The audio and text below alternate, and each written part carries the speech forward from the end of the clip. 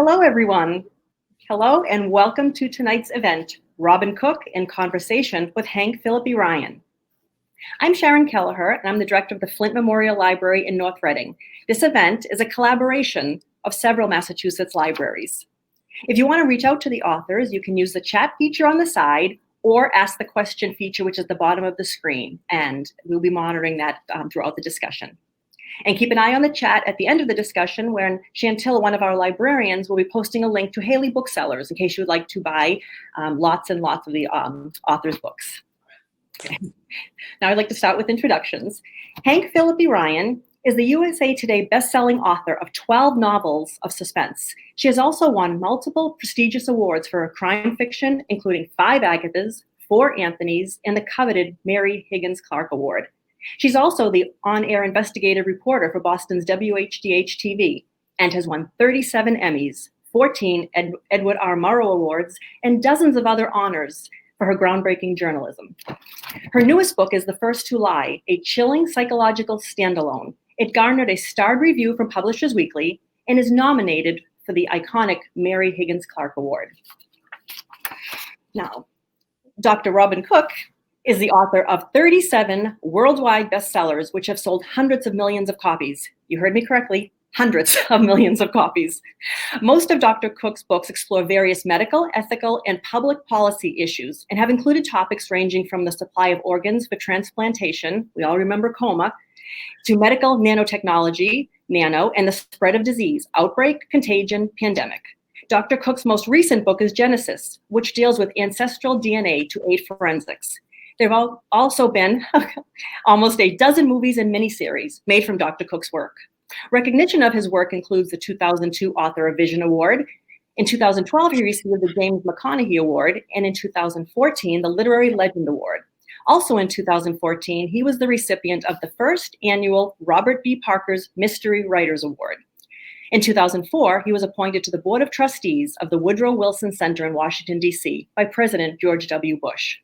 He is currently at work on his 38th novel titled Viral. So please get your hot chocolate ready or your glass of wine or whatever, settle in to enjoy an evening. Robin Cook in Conversation with Hank Phillippi Ryan. Thank you. Thank you. Welcome, everybody. I am told there are hundreds and hundreds, almost 400 people here. So that is quite amazing. And yes, they have the link to Dick Haley Booksellers in the chat. So if you see me looking at the chat, I'm looking at your questions and making sure that you questions get answered. If you're having connectivity issues, Shan says, try refreshing your browser. Sometimes that works. It's never a dull moment here in pandemic world. So just give it another try. Robin, welcome, welcome. It is such a joy to see you here tonight. How are you and where are you? I'm here in Boston, so not too far away. And I'm fine, luckily. And we're all sort of weathering this terrible episode, this pandemic. And I did write the book Pandemic 3 years ago. I think it was 3 years ago. And so I actually knew this was coming. Of course, all epidemiologists knew it was coming. Not like I would. And let me talk about that with you in a second, because I really want to unearth your thought processes about how you got to pandemic and how you felt writing it and how you feel now. But if you don't mind, I would love to start with you a little bit. And I'd love to start with the audience a little bit and say, how many of you, and I wish this were live because I wish you could see it, Robin, how many of you have read a Robin Cook book? And I bet that is everyone. How do you feel when you understand that, Robin? When you understand that all of these hundreds of people here tonight are fans of your writing? Well, I feel very indebted to all these people who spend time reading. I have quite an active fan page on Facebook, and I get a lot of comments, and I try to answer a lot of the comments. And I'm always amazed how many people are willing not only to thank me for writing these books, but it obviously they've appreciated them and they've enjoyed them, and I'm very thankful that they spent the time reading them. I wish more people would respond to some of the issues that I raised, because that's why I got into writing in the first place. Well, let's talk about that. But I want you to look at the comments that are rushing by, that people are saying, yes, yes, yes, I love them, I read them, I love him, I've read all of his books, I'm a huge fan.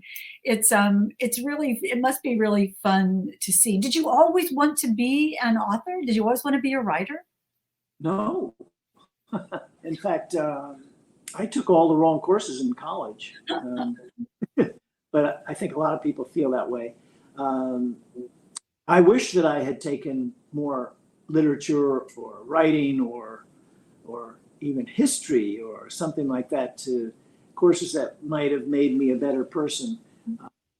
But I wanted to go to medical school. And so I had to study what they call pre-med. And to get to medical school back then, as it is today still, that you have to do very well. It's very competitive. And so I had to get A's.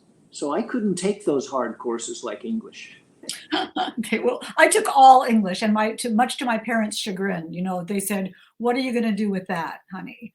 So I was a chemistry, math, physics major. Oh. And because either you knew it or you didn't know it. And if you didn't know it, the more you had to put in the time. And then when you did know it, you got a good grade.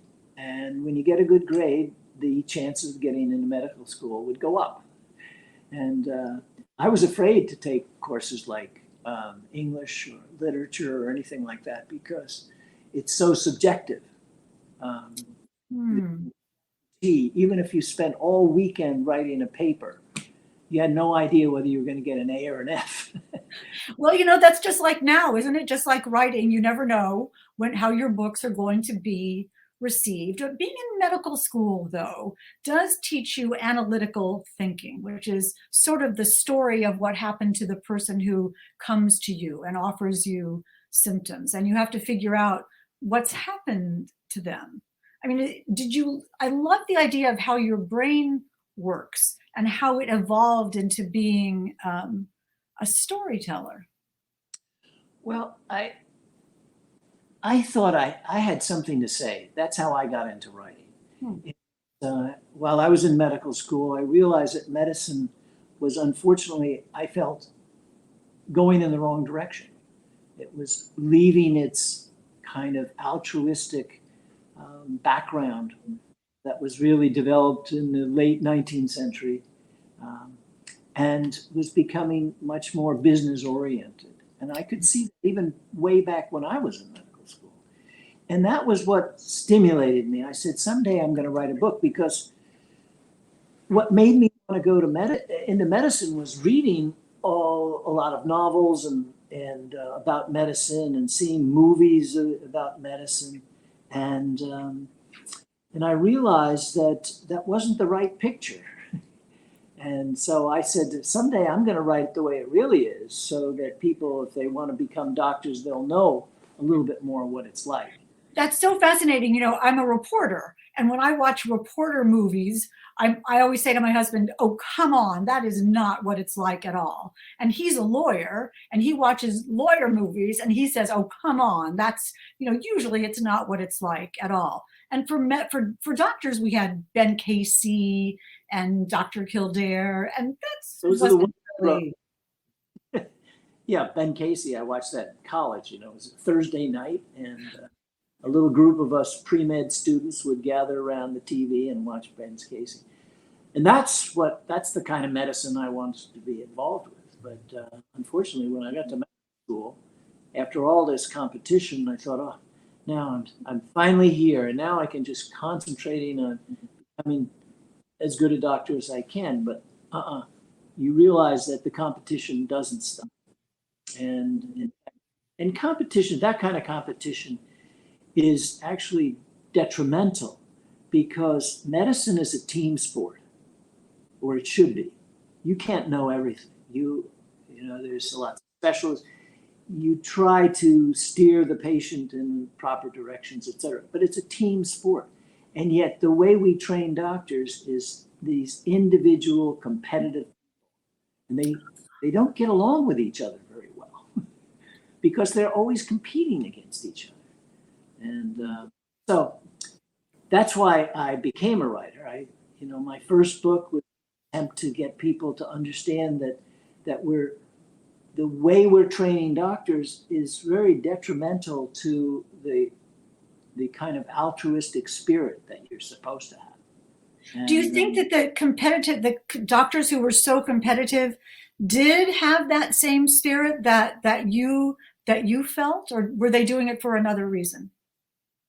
No, I think almost all of us, all my medical school classmates, we pretty much started out with the same idea. We had very altruistic ideas, but by the time we were finished all our training, we were pretty much all similar, and we felt like we had been put upon and hazed and now I make a good living.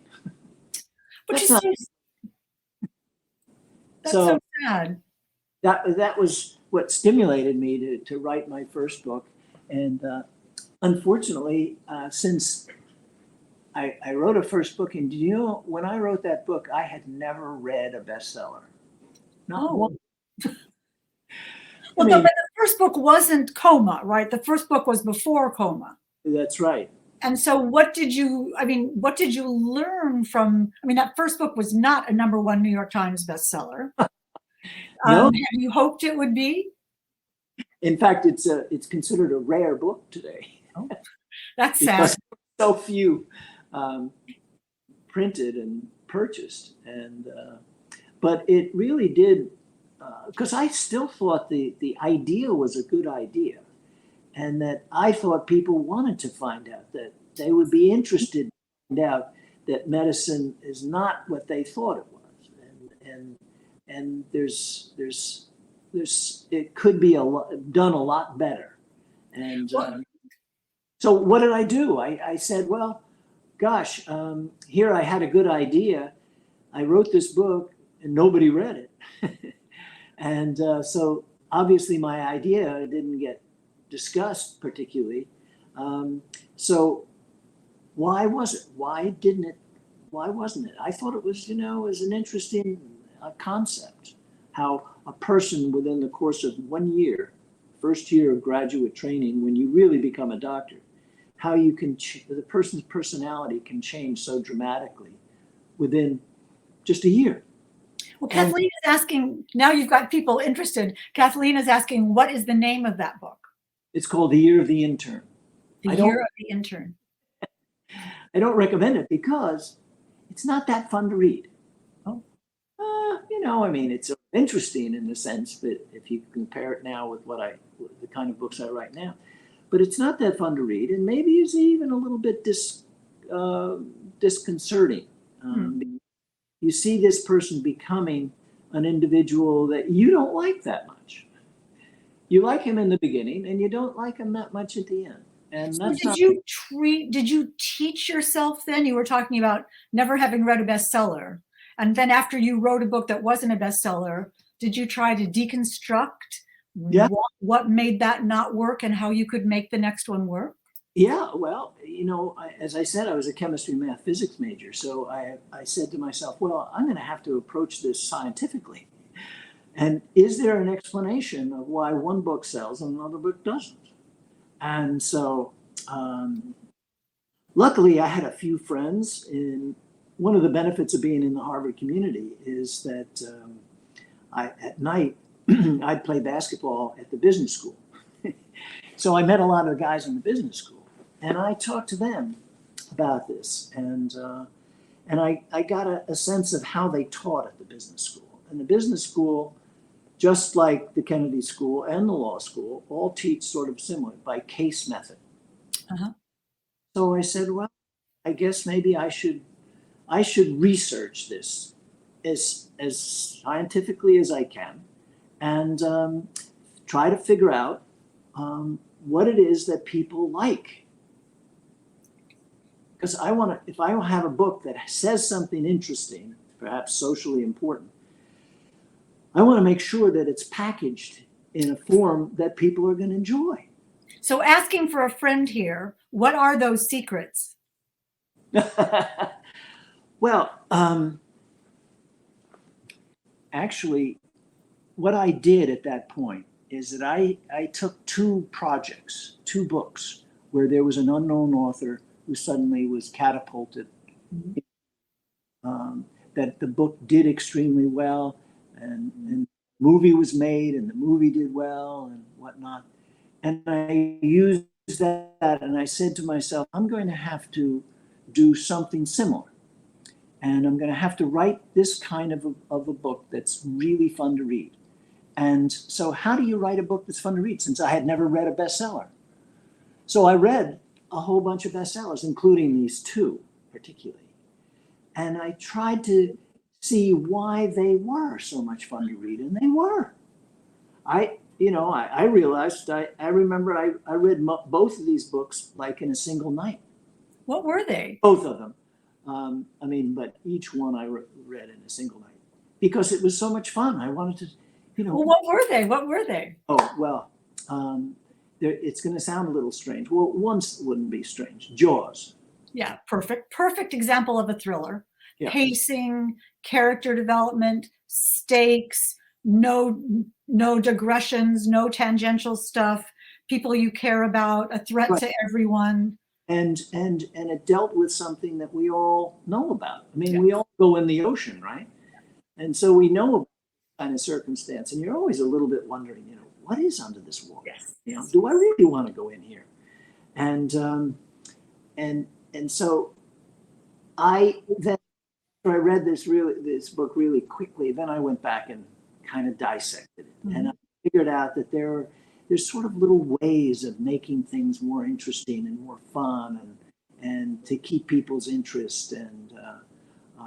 And I developed a whole bunch of different sort of little technique or kinds of techniques. And the other book was called Love Story, which was Oh yeah, sure. wasn't a thriller necessarily, but certainly captured the imagination. And actually the reason that one was particularly interesting to me because it involved a medical condition, but it dealt with it in a way that really caught people's emotions, and so in both of those. There's not a person among us who didn't cry for days at Love Story. And I can tell you, Robin, that reading those two books means never having to say you're sorry. No, but those are perfect examples. And as a result of that came the opposite of rare books. Right. Coma, which I found this in my bookshelf behind me. And this says, it's the Scribner's first edition from 1977.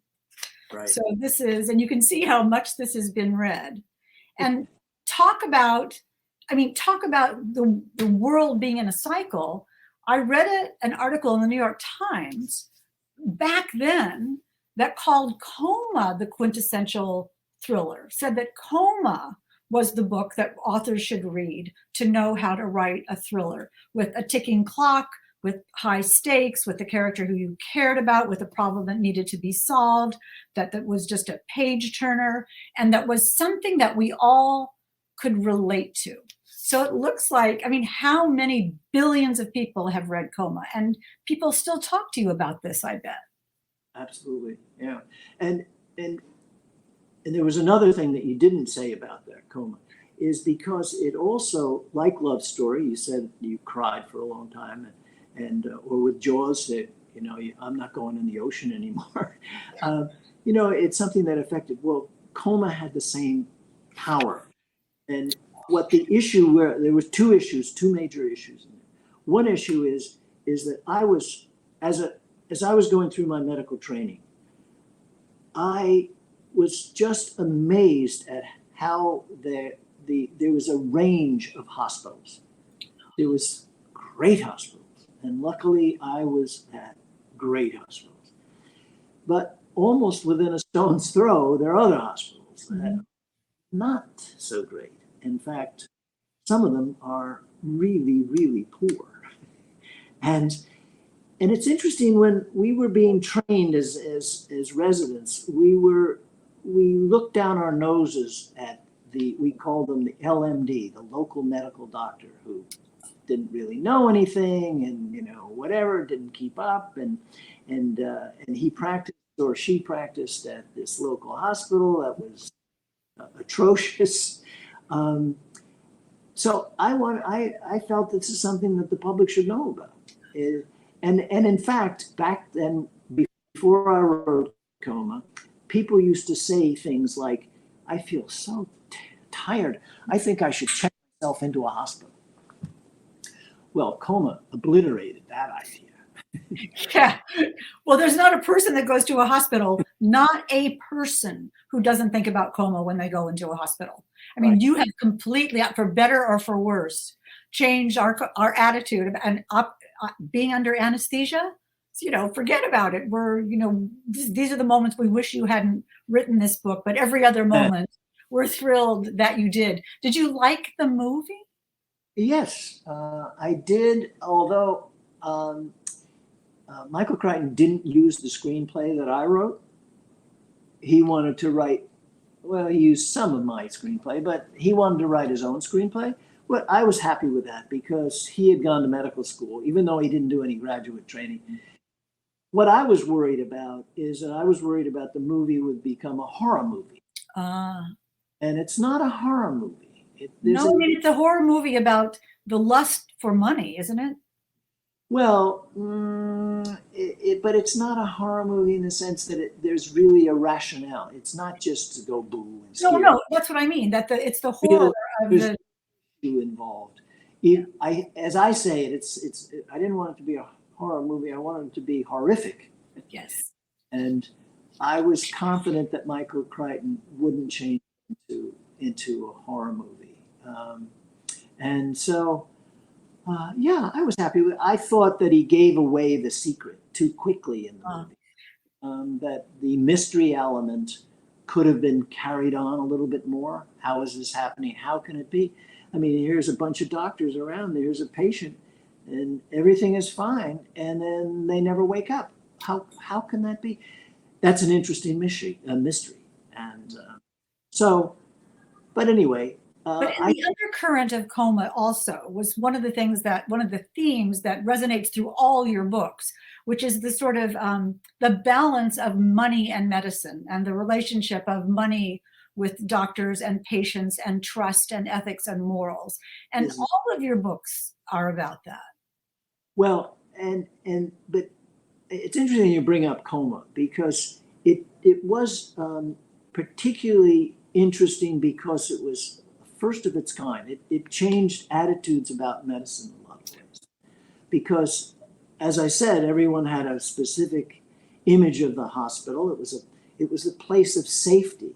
And one of the tricks in thriller writing is you violate the place of safety. That drives people crazy. So anyway. Yes, I'm just thinking about whether I can write that down. I need this, Robin. That's really brilliant. And the other thing that you do, though, in presenting the Coma, really the first of the medical thrillers. I mean, there have been so many after them, but you paved the way with that. Was that, is that? I mean, I don't mean to be silly about this, but that's kind of cool. That's amazing. Well, it's lucky because, in fact, when I was writing Coma, I said, God, I got to write this fast. Somebody's going to come up with this idea before I do. But it's interesting that we're talking about this, and I'm going to switch it a little bit for a very specific reason. And the specific reason is that my agents and publisher feel that my new book, Viral, is as powerful as Coma in a unique way. Yeah, that's the cover of the new book. And here's your new Viral. And why is that? Why do they connect Viral and Coma? Why is that important? Because it's going to really shock people to really understand how bad this book really shows how bad, well, Coma showed how bad hospitals can be. This book shows really how bad our whole healthcare system is and how it's evolved over time. And things that we all count on, like the concept of health insurance. Very few people think about health insurance. And when I suggested that I wanted to write a thriller about health insurance to my publisher, he said, we were at lunch, and he said, I think I'd prefer another Robin Cook thriller. And I said, well, this is going to be a Robin Cook thriller. He said, you can't write a Robin Cook thriller about health insurance. And who was he talking to? He was talking to you, though. I mean, you're the master at this, of taking what sounds like a potentially impossible subject, nanotechnology, or cloning or stem cells, and making it be absolutely fascinating, as you've done in this whole series of books. I mean, that's part of your skill. I mean, that's the joy of your skill, is that you make your readers feel smart and they learn something. That's true. But it's true that I did that with nanotechnology, but there are a lot of people who think nanotechnology is cool. Yeah, of course it is. A lot of people who think stem cells are cool. However, there's no one in the country who thinks health insurance is cool. That's true. Except maybe a CEO of a health insurance company. That's true. Just ask, has anybody ever read their health insurance policy? No. I will admit to that. And what was fascinating to you about that then? What led you to viral? Viral is such a buzzword right now, of course. Excuse the word buzz, because there's a mosquito on the cover, as you see right here. I hope you all can see that. What was your key of viral, that you wanted to put the word viral with the story that included health insurance? Well, I hope the idea, or the ideas of how this is going to expose the reasons that our healthcare system is so bad. I mean, technically our healthcare system is great. We have the best science, etc. And we have some of the best technology and the best hospitals. But our whole system, the way it works, is so bad. It's and this book, I think, just like the way Coma shocked people into realizing that there are hospitals that are really bad. This book is going to finally, I think, open up the general public to understand how bad our system is and how it's benefiting very few people, these private equity people mostly, and causing so much. 20% of Americans are being sued by their hospital right now. To pay bills. Pay bills. Yeah. I think it's a staggering problem. And one of those problems that is so complicated and so complex that people just say, oh, I don't understand that. I don't know it. And it's not me, and there's nothing I can do about it. When does viral come out? I think viral is going to help that. I mean, it will cure it, just like Coma did in terms of thinking that the hospital is a safe place. You need hospital, and there are times when you really do need a hospital, but you really should be very careful about which hospital you go to. And how do we know? Well, by looking into it and realizing that there is differences in hospitals, and so maybe I should, before I get sick, maybe I should find out my local hospital here. What is it? How many people who go in to have surgery never come out? Or how many people go to the hospital for whatever reason and come down with a nosocomial infection? These are questions that people could ask. And I'm hearing a comment from the Batman family saying, I ran the Medicaid department of a major company, and every day I saw sad stories, he says, or she. He has a great point, meaning you. The medical insurance process is convoluted and in need of revamping. So you're speaking to him or her, the Batman family, viral, which they can pre-order from Dick Haley Books, and we will tell you how to do that. I've got to go, and since we are just running out of time so fast, but Robin, pandemic, for goodness sake, which you wrote in what, 2017, 18? Right. And, I had written an article for Foreign Policy magazine. That's pretty, not a real popular magazine, not too many people read it. But I thought a very good article for them, I think around 2010. And that was called The Coming Plague.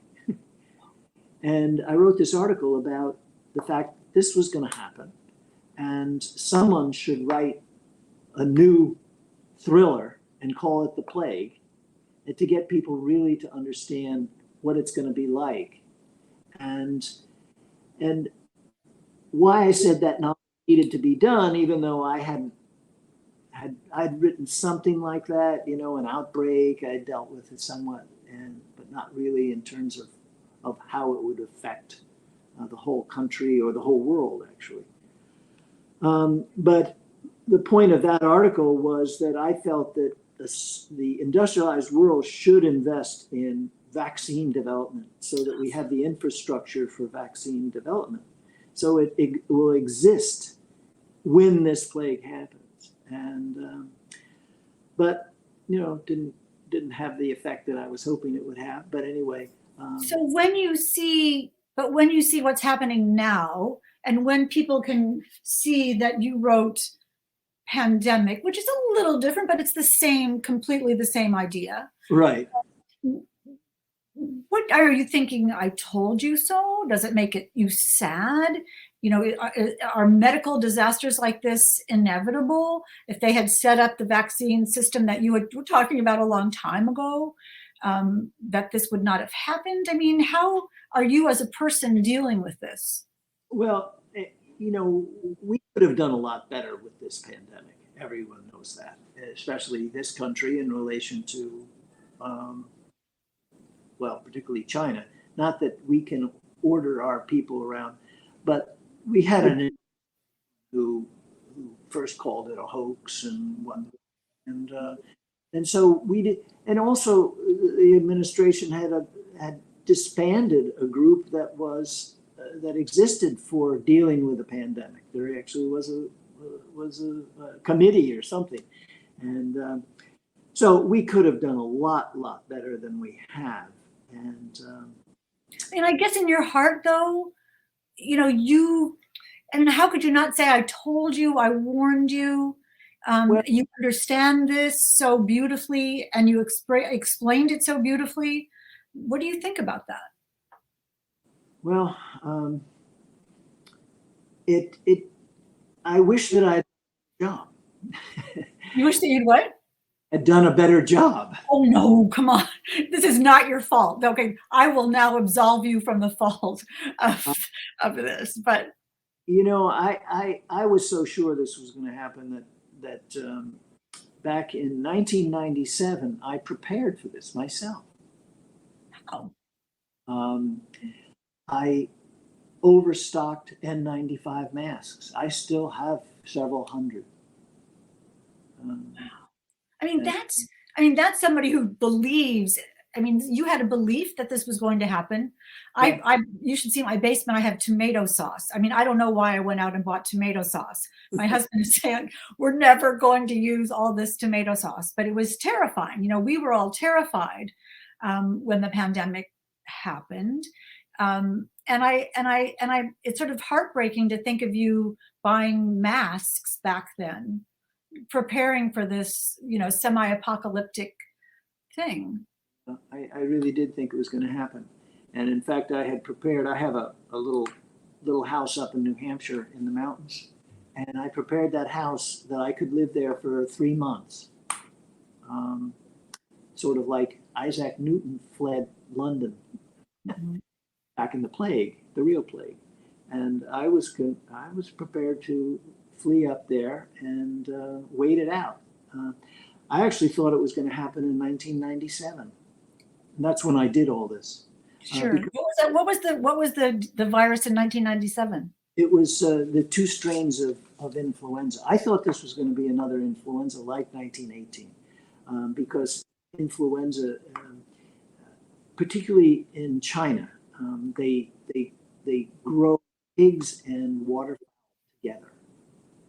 And those are the two animals that are the natural hosts of influenza virus. They live in their digestive systems.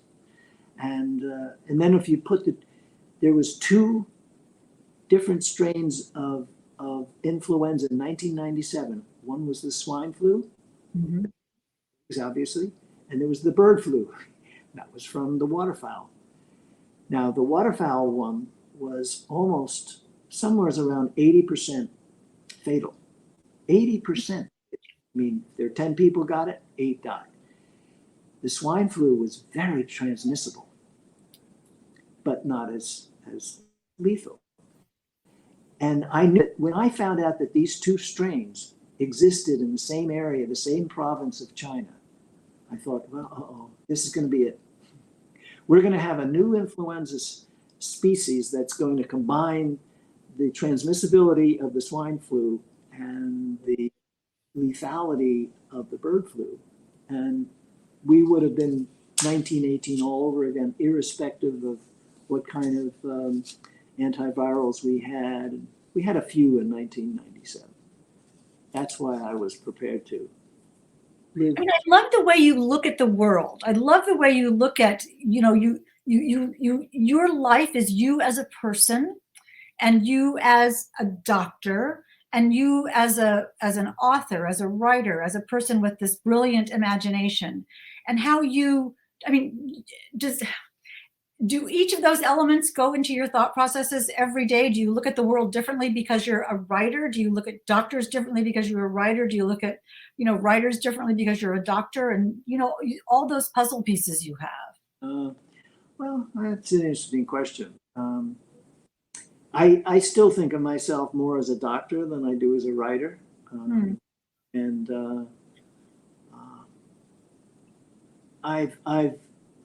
I think it's been as effective as I thought it would be. In other words, my idea is to translate these things into a language that the general public can appreciate. Yes. And maybe have a little fun at the same time.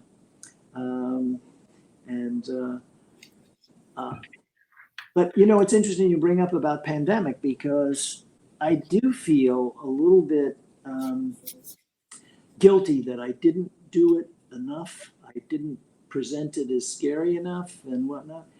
And so that was part of my motivation, is that starting back in April, I started getting involved because I thought the vaccine development was doing very well, but our testing never been good.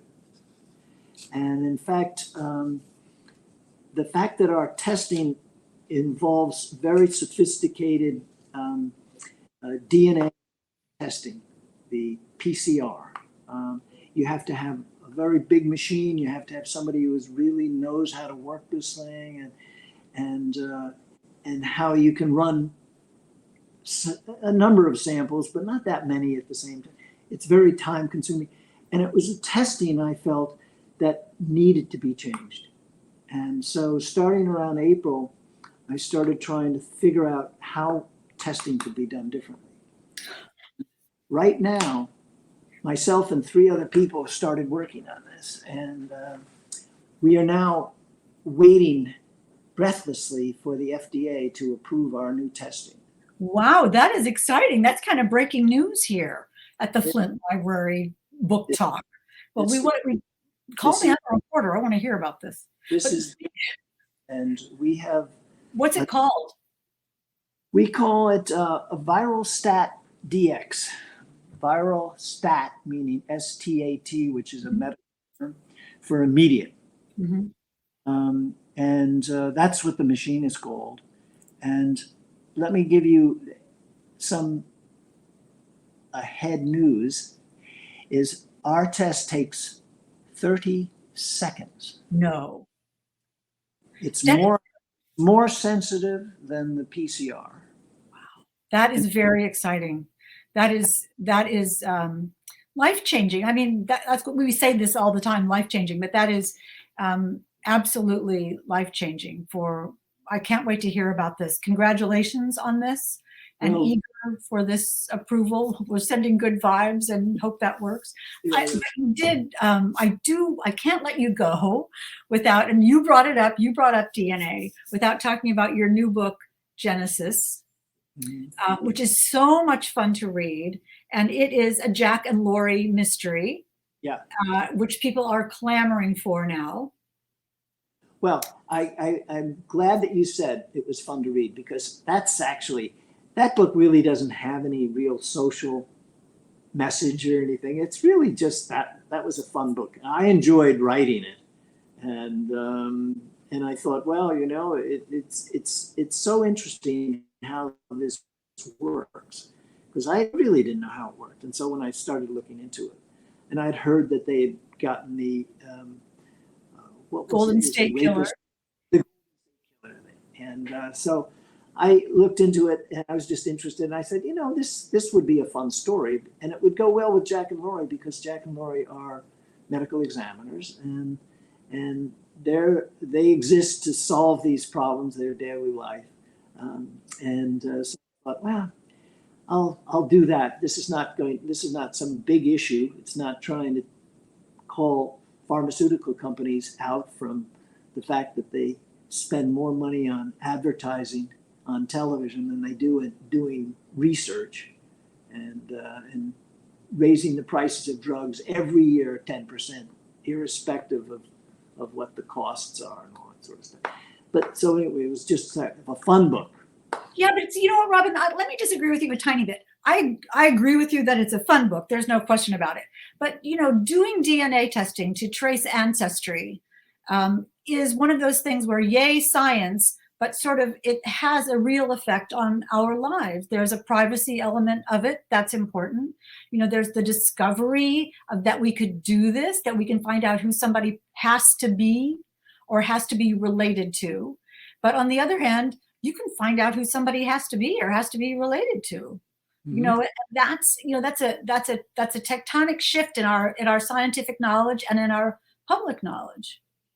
That's true, and we're going to have to deal with that, because personal information is something that's quite is an important issue in this country, and unfortunately or fortunately, it's going to get out, and we're not going to be our DNA, is going to be available, and it is available. To find these people, I think, what was it? They got a coffee cup. He went into a Starbucks and got a coffee, and they got the coffee cup, and that's how they caught the Golden State Killer. I think that was the. Yeah, and it's interesting, because now when we watch, talk about watching movies or watching Netflix or whatever, and every time somebody, a police officer or investigator takes the cigarette or takes the coffee cup or takes this toothbrush, we think, ooh, DNA, we know what they're doing, because it has become such a part of law enforcement and such a part of crime fiction. It's also a problem for crime fiction authors, because there's certain mysteries vanish. You can't do it because all your smart readers, right, are going to say, oh, why don't they just do the DNA? Why does the detective have to do this? So it's life-changing for writers too. How is the advance of you have harnessed medical advances to make yet another and another terrific book. Yeah, well, that's true. I guess maybe it's going to be a little bit harder for you crime writers. Well, cell phones were hard enough. Then Google, that was horrible. Yeah. But now, so yeah, we have to do it, and we have to do it a different way. But talking about crime fiction, you've written, because you have so many happy readers here, you've written standalone novels, and then you've written series novels with the Jack and Laurie and the several others. What's the difference in your brain in writing those, and what compels you to make one story a standalone and one a series? Well, I don't know. I think I realize that there are a lot of readers who do like serial books in the sense of keeping the same character. And so that encouraged me in some respects. And I got to like Jack and Laurie. And I feel like they almost became like friends of mine. And so there was some aspect of it was that I felt it was enjoyable. The bad part is that I had to remember so much. Because when you write, if you say something that's wrong, it's amazing how your readers will pick it up, and then you'll get a letter, or used to be a letter. Now it is, I guess, you get it on Facebook.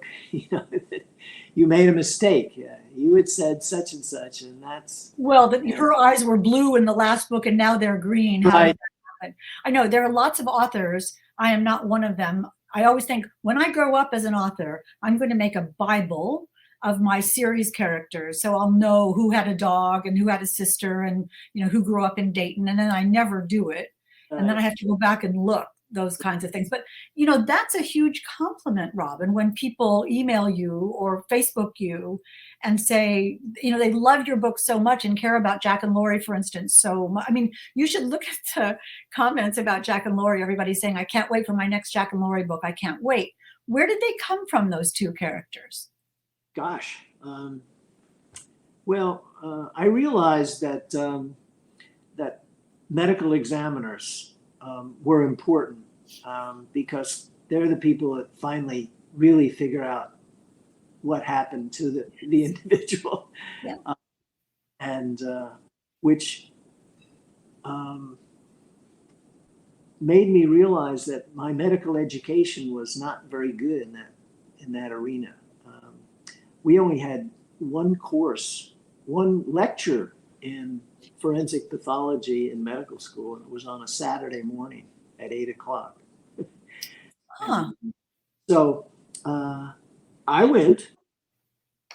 I was one of the few that attended every lecture. A lot of my classmates would skip lectures, but I attended.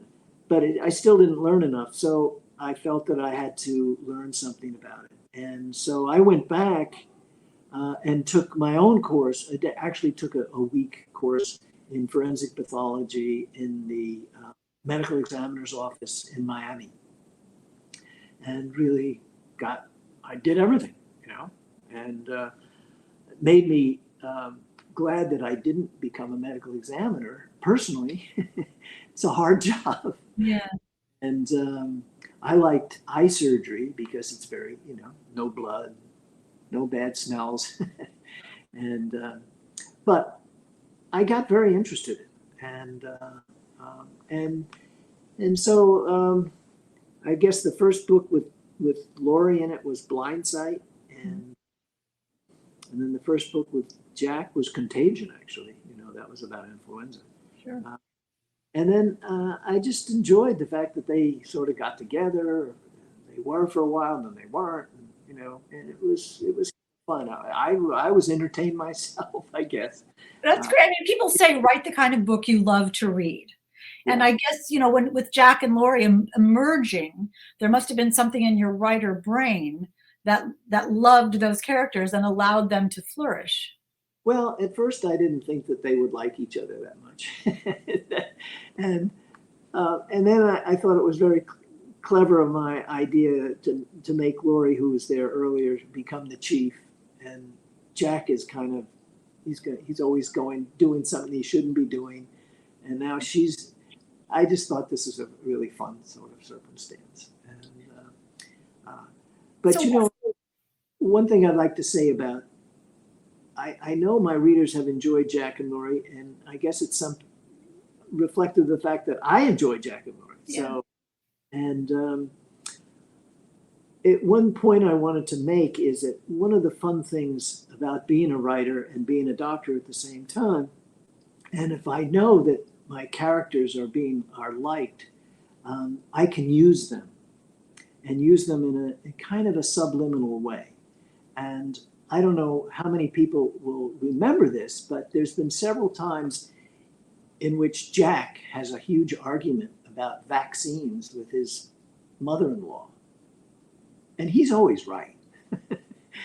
So it's a subliminal way for me, again, to be sending a message to all my readers about how important vaccines are. And these people, these anti-vaxxers and all that sort of stuff is so unbelievably silly, because vaccines have saved more lives probably than every drug ever made. Vaccines have probably saved more lives. And that includes antibiotics.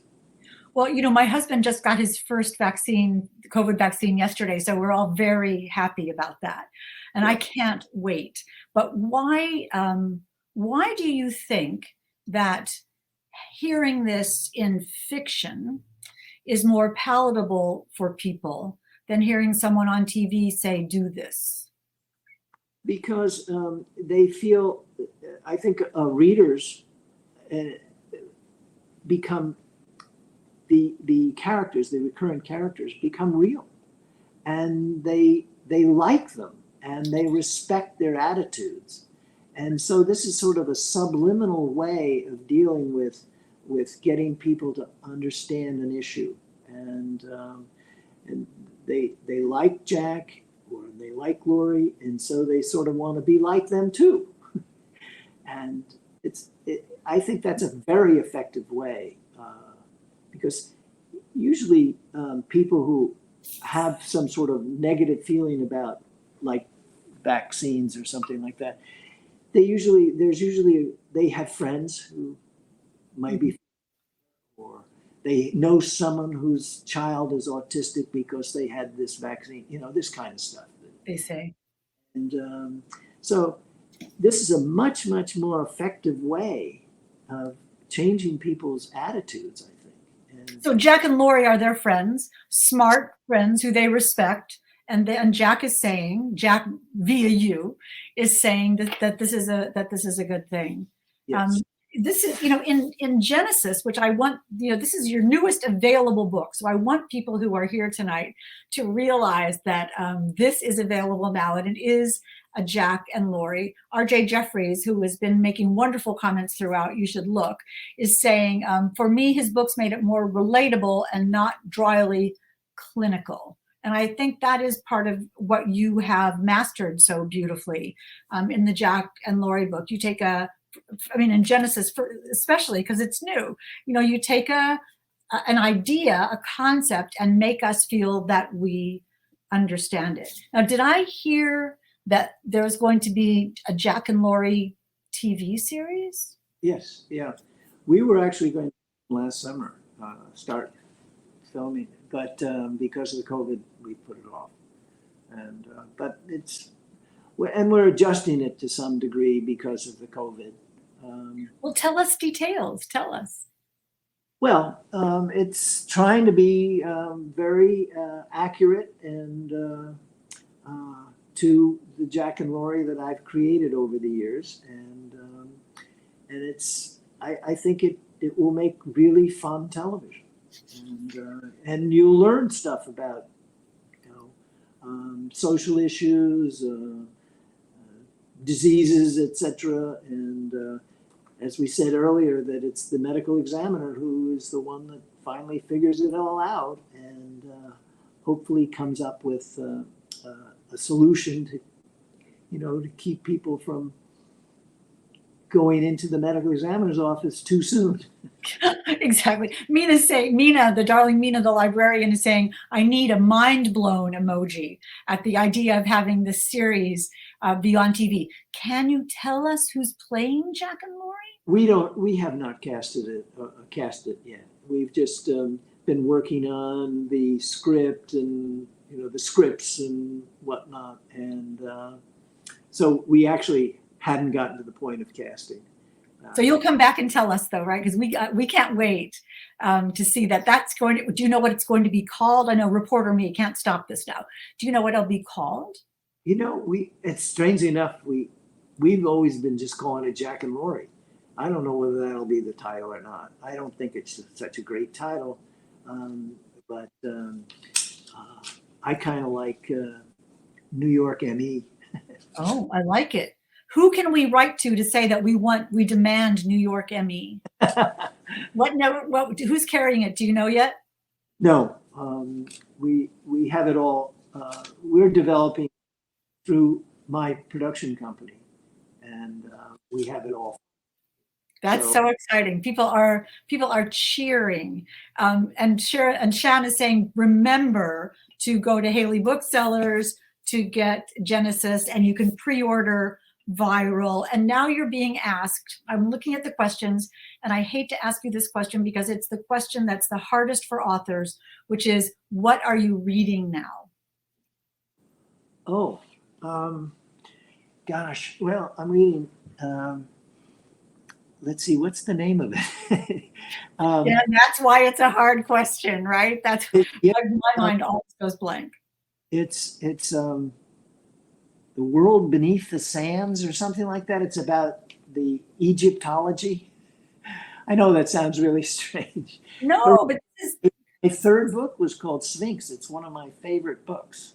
Absolutely. And I know your beautiful office where you are now is just full of wonderful historical references and gorgeous. Show us the picture behind you.